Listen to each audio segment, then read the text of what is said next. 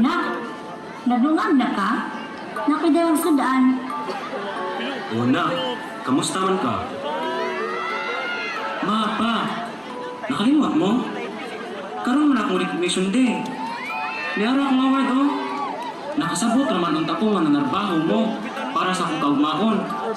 Pero ayaw sa binyong kalinting nga aduna mo'y anak nga nagkinahanglan sa inyong oras ug pagmahal.